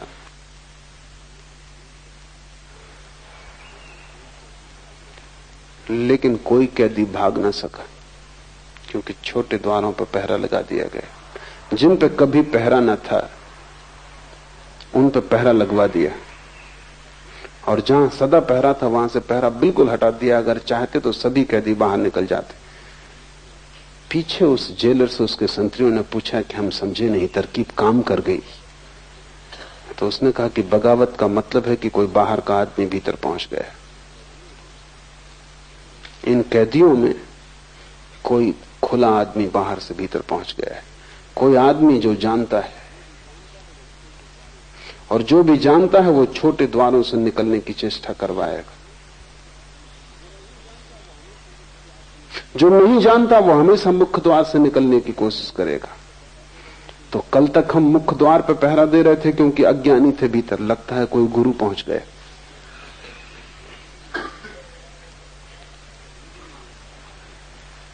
जीवन में बुराई से लड़के निकलने का द्वार मुख्य मालूम होता है। तुम्हारा मन कहता है पहले बुराई को मिटाओ, तभी तो साधुता उपलब्ध होगी। पहले गलत को छोड़ो, तभी तो ठीक के लिए राह बनेगी। पहले संसार को बाहर निकालो, तभी तो परमात्मा का सिंहासन खाली होगा। ये मुख्य द्वार है। गुरु तुम्हें इससे निकलने को न कहेगा, क्योंकि इससे कोई कभी नहीं निकल पाता। वहां पहरा भयंकर है, और जो आदमी वहां से निकलने की कोशिश करता है वो और छोटी कालकोठरियों में डाल दिया जाता है। मेरे देखे तुम्हारे साधु संत तुमसे भी बुरे कारागृहों में बंद थे। तुम्हारे पास आंखें नहीं है इसलिए तुम्हें दिखाई नहीं पड़ता। ग्रस्त तो परेशान है ही, तुम्हारे साधु तुमसे भी बुरी तरह परेशान है। तुम्हारे पास कम से कम छोटा आंगन भी है जिसमें तुम थोड़ी स्वतंत्रता अनुभव करते हो, उनका आंगन भी छिन गया है। वो जेल के भीतर है, लेकिन जेल के भीतर जो स्वतंत्रता साधारण कैदी को मिलती है वो भी उनको नहीं है। वो 24 घंटे कालकोठरी में बंद है। मेरे पास साधु सन्यासी आते हैं, उनका मन बिल्कुल ही रुग्ण और विक्षिप्त है।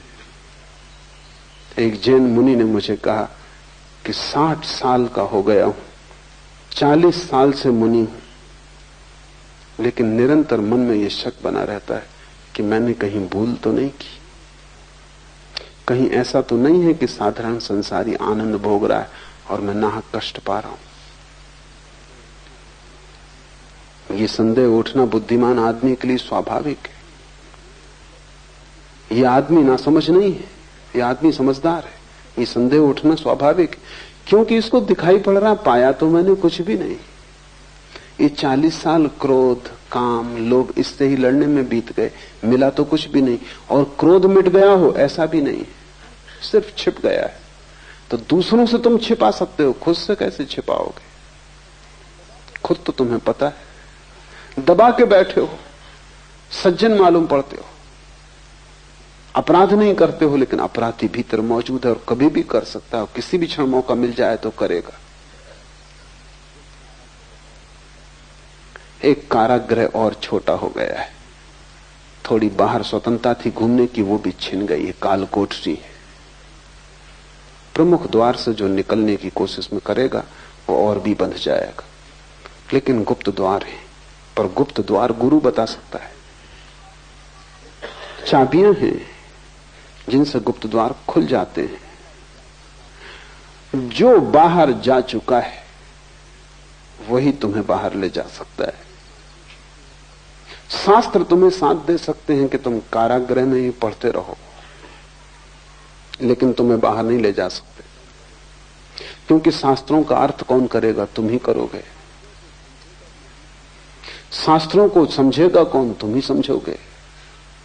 तुम अपने हिसाब से समझोगे।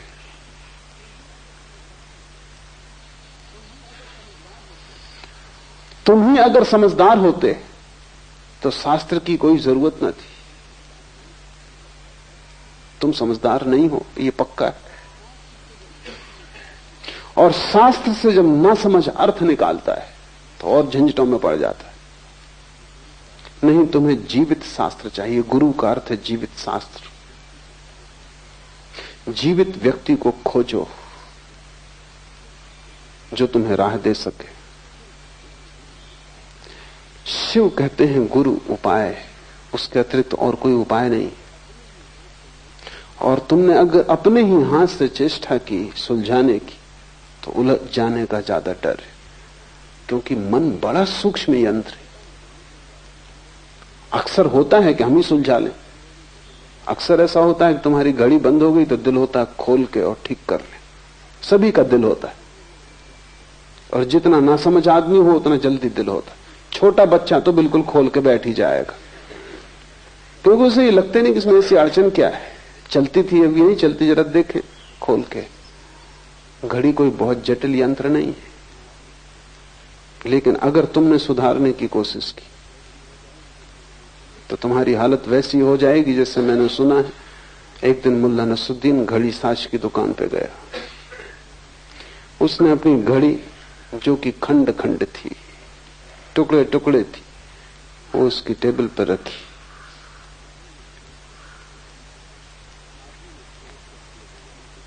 उस आदमी ने चौंक के पहले तो घड़ी को देखा, घड़ी साज ने, फिर नसरुद्दीन को देखा।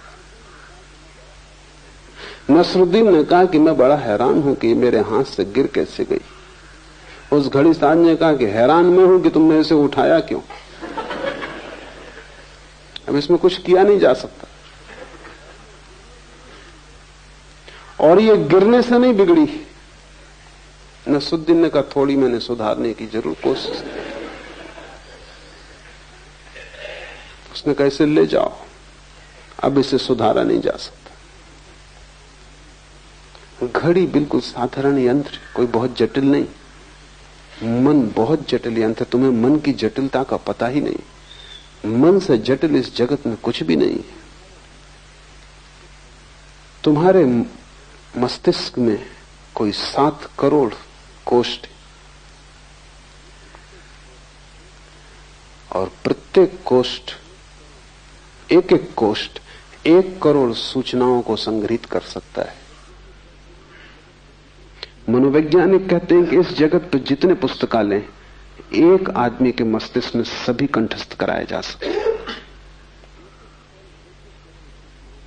एक एक सेल 1-1 करोड़ सूचनाओं को संग्रहित कर सकता है। 7 करोड़ सेल हैं तुम्हारे छोटे से खोपड़ी में। इस पृथ्वी पर जितना ज्ञान है वो सब संग्रहित किया जा सकता है। इतनी छोटी सी खोपड़ी है, मुश्किल से कोई 1.5 किलो वजन है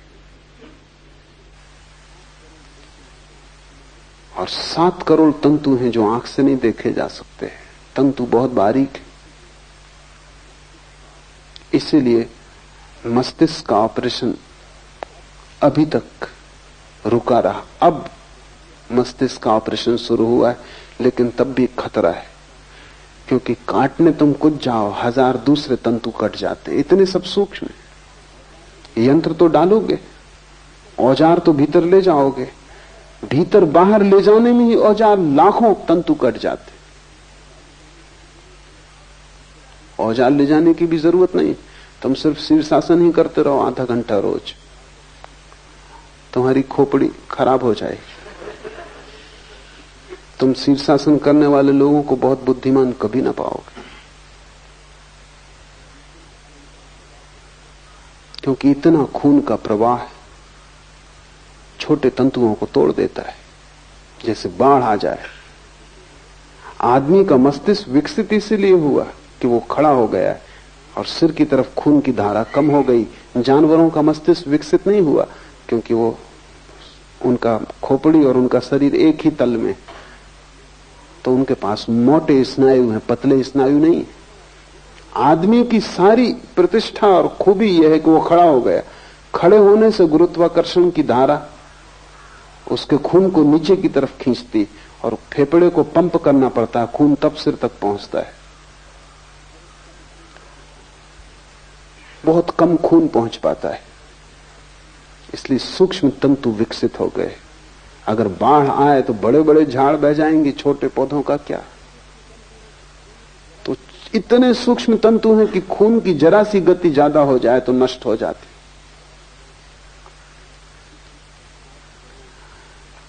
इस 7 करोड़ के सूक्ष्म जाल में तुम अगर खोल के बैठ गए खुद ही,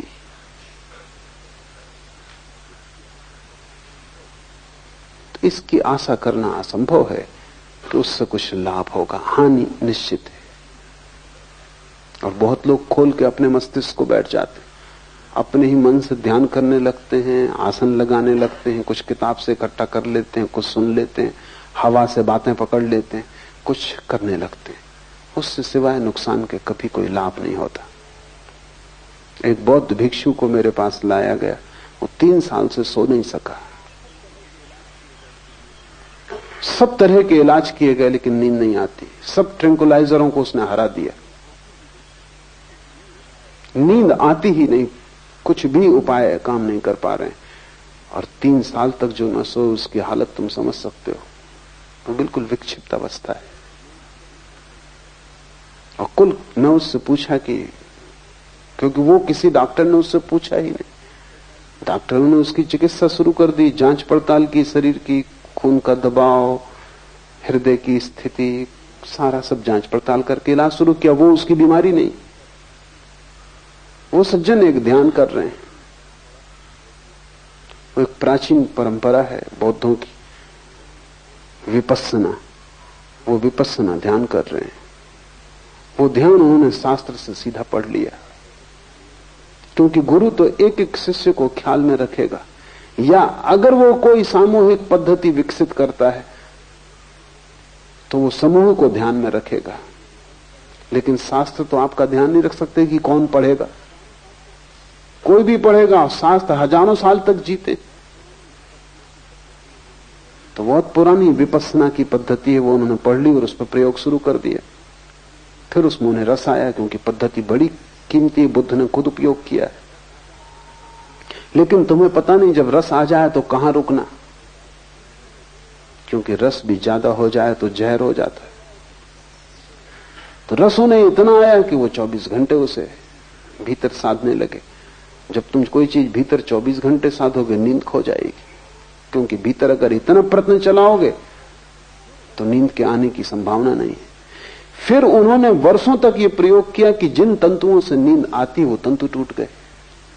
तो अब नींद का कोई उपाय नहीं, क्योंकि डॉक्टर भी साथ दे सकता है, अगर तंतु मौजूद हो तो ट्रैंकुलाइजर जाके उन तंतुओं को शिथिल कर देगा और आप सो जाएंगे। लेकिन अगर तंतु ही टूट गए तब डॉक्टर भी क्या करेगा।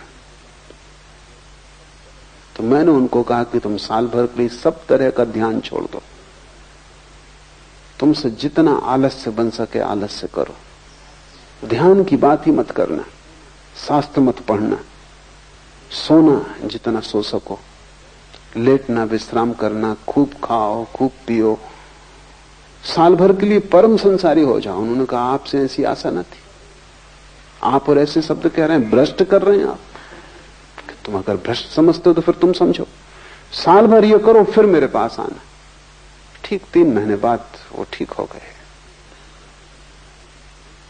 अब उन्हें नई पद्धति देनी पड़ी, और पद्धति को भी सोच के देना जरूरी है कि कितना तुम कर सकोगे, और फिर क्रमशः गति बढ़नी चाहिए, और पूरे चित्त की व्यवस्था का ध्यान रखना जरूरी है।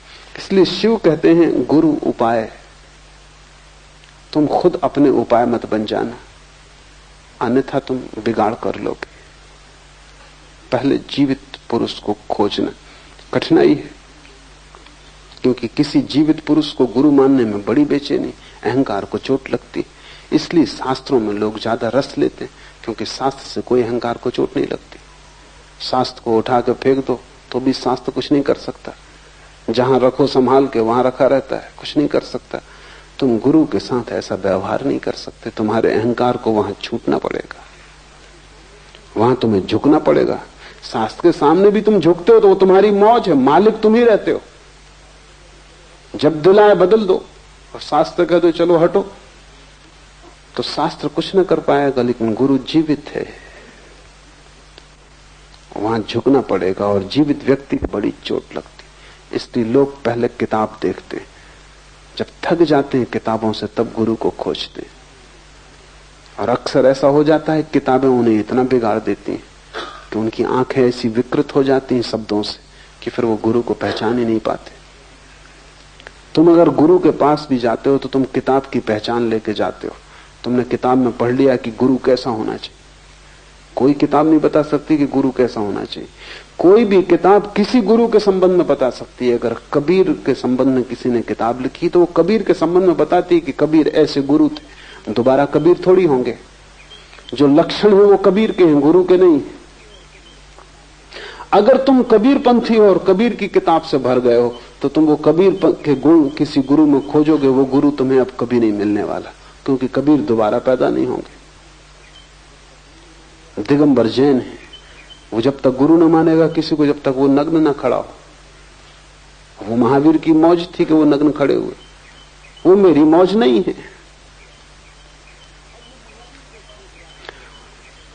अब वो महावीर को खोज रहा है जो अब नहीं है।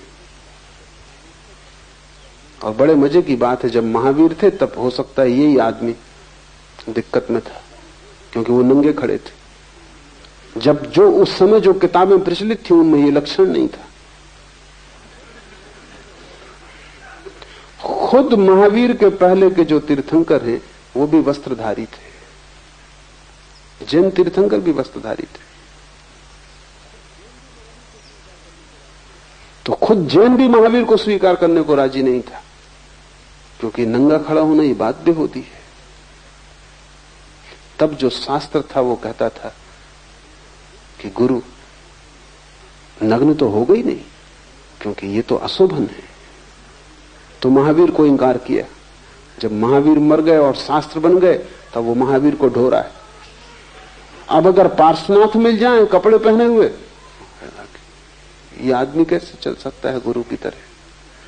ध्यान रहे जो भी शास्त्र है वो किसी एक गुरु के संबंध में कह रहे हैं, और वो गुरु दोबारा नहीं होता। गुरु तो अद्वितीय है, बेजोड़ है।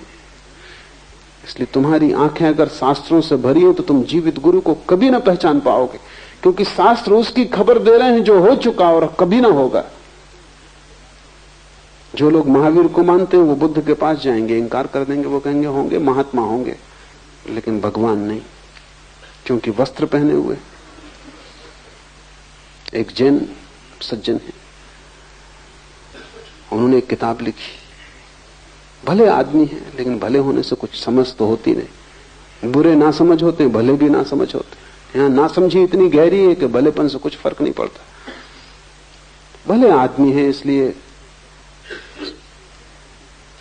एक तरह का सद्भाव रखते हैं सभी धर्मों के प्रति। तो उन्होंने एक किताब लिखी, भगवान महावीर और महात्मा बुद्ध।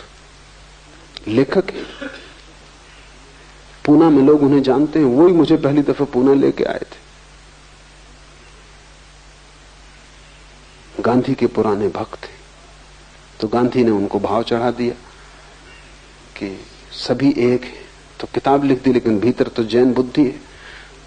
मैं उनके घर मेहमान था, तो मैंने पूछा, और तो मेरी समझ में आया, लेकिन इतना फर्क काहे रखा है भगवान महावीर और महात्मा बुद्ध? तो बोले ऐसा है कि भगवान तो महावीर ही है। ज्यादा से ज्यादा इतना हम स्वीकार कर सकते हैं कि बुद्ध महात्मा है, लेकिन भगवान नहीं। क्यों? सवस्त्र। भगवान तो निर्वस्त्र होगा। बस तब दिक्कत खड़ी हो जाती। और ऐसा नहीं कि कोई जैन के साथ दिक्कत, सभी के साथ वही दिक्कत खड़ी होगी। इसलिए जैन कभी राम को भगवान नहीं मान सकता। सीता के साथ खड़े, ये बात अड़चन की कि जैन ये सोच ही नहीं सकता कि भगवान हो के और भैरवी क्यों साथ है। भगवान तो सब छोड़ देगा, जो मुक्ति हो गया तो अब ये स्त्री क्यों साथ? इसलिए सीता जैसी बहुमूल्य स्त्री भी जैन को खो जाती, उसकी बुद्धि में नहीं पकड़ती। कृष्ण को तो वो नरक में डाल देते, क्योंकि एक नहीं 16,000 स्त्रियां, तो इनसे ज्यादा योग्य और कोई है नहीं नरक के। तो जैनियों ने कृष्ण को नरक में डाल दिया डर के कारण, क्योंकि जाति के सब वणिक तो भयभीत भी हैं, हिंदुओं से भय भी खाते हैं कि कोई झगड़ा झंझासा खड़ा ना हो जाए, और शायद इसीलिए अहिंसा में मानते हैं। अक्सर भीरू लोग अहिंसा में मानते हैं, क्योंकि हिंसा में मानने के लिए थोड़ी तो लड़ाई झगड़ी की हिम्मत चाहिए। न मारेंगे न मारे जाएंगे, इसलिए सिद्धांत ठीक है कि किसी को मत मारो, जीने दो और जियो। मगर जीने की इच्छा है, वो कोई दूसरे से प्रयोजन नहीं। तो डर के मारे एक दूसरी तरकीब भी लगाई है, वो ये कि कृष्ण को नरक में डाल दिया, और फिर भय के कारण, क्योंकि नरक में तो डालना जरूरी, सिद्धांत में कहीं आते नहीं, मगर भय के कारण कि हिंदुओं के बीच जीना है, तो ये भी स्वीकार कर लिया है कि अगले कल्प में वो पहले तीर्थंकर होंगे। समझौता हो गया। ये बनिए की जो वृत्ति है गणित, अब हिंदू नाराज भी नहीं हो सकते कि भाई कोई हर्ष नहीं, अपना सिद्धांत भी संभल गया, झगड़े से भी बच गए। गुरु को अगर तुमने शास्त्र से खोजा तो तुम कभी ना खोज पाओगे, क्योंकि जब तक शास्त्र लिखे जाते हैं तब तक जिसके लिए लिखे गए वो तिरोहित हो जाता है। और हर गुरु पृथक भिन्न अपने ही ढंग का है, उस जैसा तुम दूसरा नहीं खोज सकते। दोबारा महावीर नहीं खोजे जा सकते, न कृष्ण खोजे जा सकते, न बुद्ध खोजे, और तुम उन्हीं को खोज रहे हो, इसलिए भटक रहे हो। और जब वे थे तब तुम किसी और को खोज रहे थे। तुम चूकते ही चले जाते हो। गुरु को खोजना हो तो शास्त्र को अलग लगा देना, गुरु को खोजना हो तो किसी व्यक्ति की सन्निधि को पाने की कोशिश करना, उसके सत्संग में बैठना, और अपने सिद्धांत लेके मत जाना, अपने नापने जोखने के इंतजाम लेके मत जाना। सीधे हृदय को हृदय से मिलने देना, बुद्धि को बीच में मत आने देना। अगर तुमने बुद्धि बीच में आने दी तो हृदय का मिलन ना होगा और तुम गुरु को न पहचान पाओगे। गुरु की पहचान आती है हृदय से, बुद्धि से नहीं। और जब भी तुम बुद्धि को हटा के हृदय से देखोगे, तत्क्षण कोई चीज घट जाती है। अगर तुम्हारा मेल हो सकता है इस गुरु से तो तत्क्षण मेल हो जाएगा, एक क्षण की भी देरी न लगेगी। तुम पाओगे कि तुम उसमें पिघल गए, वो तुम में पिघल गया। उस दिन से तुम उसके अभिन्न अंग हो गए, उस दिन से तुम उसकी छाया हो गए, उसके पीछे चल सकते हो। हृदय से खोजा जाता है गुरु, और गुरु के बिना कोई उपाय नहीं। शरीर हवी है, और ध्यान रखना, ये जिसे तुम शरीर कहते हो, जिसे तुमने समझ रखा है कि मैं सब कुछ ये शरीर में ही हूं, ये शरीर हवी से ज्यादा नहीं है। जैसे यज्ञ में आहुति डालनी पड़ती, ऐसे ही ध्यान में तुम्हें धीरे धीरे इस शरीर को खो देना होगा। बाकी आहुतियां व्यर्थ हैं। कोई घी डालने से, गेहूं डालने से कुछ हवी नहीं होती, अपने को ही डालना पड़ेगा, तभी तुम्हारी जीवन अग्नि चलेगी। इस पूरे शरीर को दांव पे लगा देना, इसे बचाने की कोशिश की तुमने अगर, तो यज्ञ जलेगा ही नहीं, अग्नि पैदा ही नहीं होगी। तुम अपने पूरे शरीर को दांव पे लगा देना। शरीर हवी है, ज्ञान ही अन्न है, और तुम अभी तो भोजन से जीते हो। भोजन शरीर में जाता है, शरीर के लिए जरूरी है। बोध, ज्ञान, ध्यान, अवेयरनेस, वो भोजन है आत्मा का। अभी तक तुमने शरीर को ही खिलाया पिलाया है, आत्मा तुम्हारी भूखी मर रही है, आत्मा तुम्हारी अनशन पे पड़ी है। जन्मों से शरीर परिपुष्ट हो रहा है, आत्मा भूखी मर रही है। ज्ञान अन्न है आत्मा का। तो जितने तुम जागृत हो सको, ज्ञानपूर्ण हो सको, ज्ञान का मतलब पांडित्य नहीं, ज्ञान का अर्थ है होश। जितने तुम जागृत हो सको, तुरीय अवस्था, तुरीय जितना तुम में सघन हो सके, तुम जितने होशपूर्ण और विवेकपूर्ण हो सको, उतनी ही तुम्हारी आत्मा में जीवन धारा दौड़ेगी। तुम्हारी आत्मा करीब करीब सूख गई है, उसको तुमने भोजन ही नहीं दिया, तुम भूल ही गए हो कि उसको भोजन की कोई जरूरत है।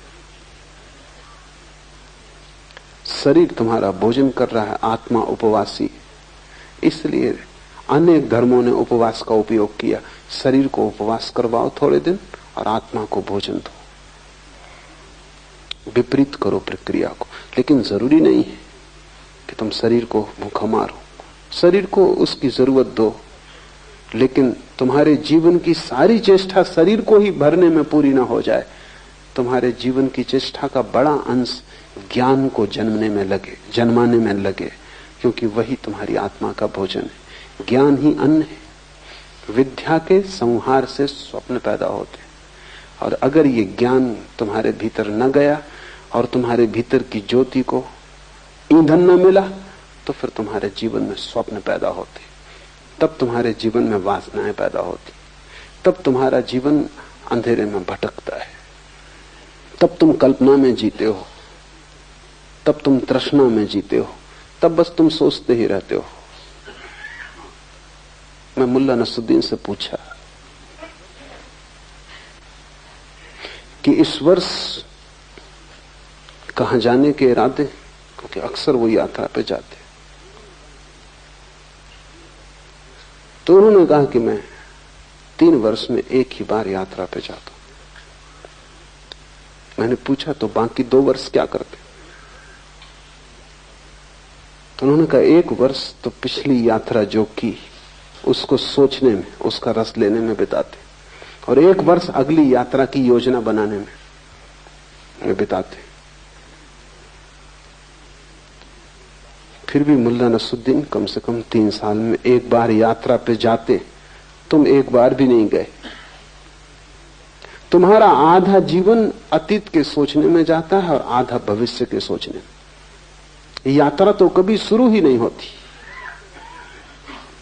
या तो तुम स्मृति में भटकते रहते हो जो कि स्वप्न है मरा हुआ, और या तुम कल्पना में भटकते रहते हो जो कि स्वप्न है भविष्य का, जो अभी जन्मा नहीं।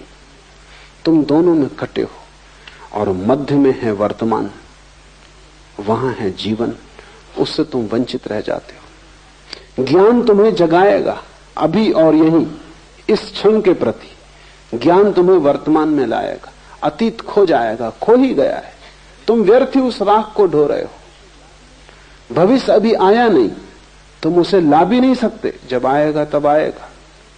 वर्तमान अभी मौजूद है, जो मौजूद है वही सत्य है।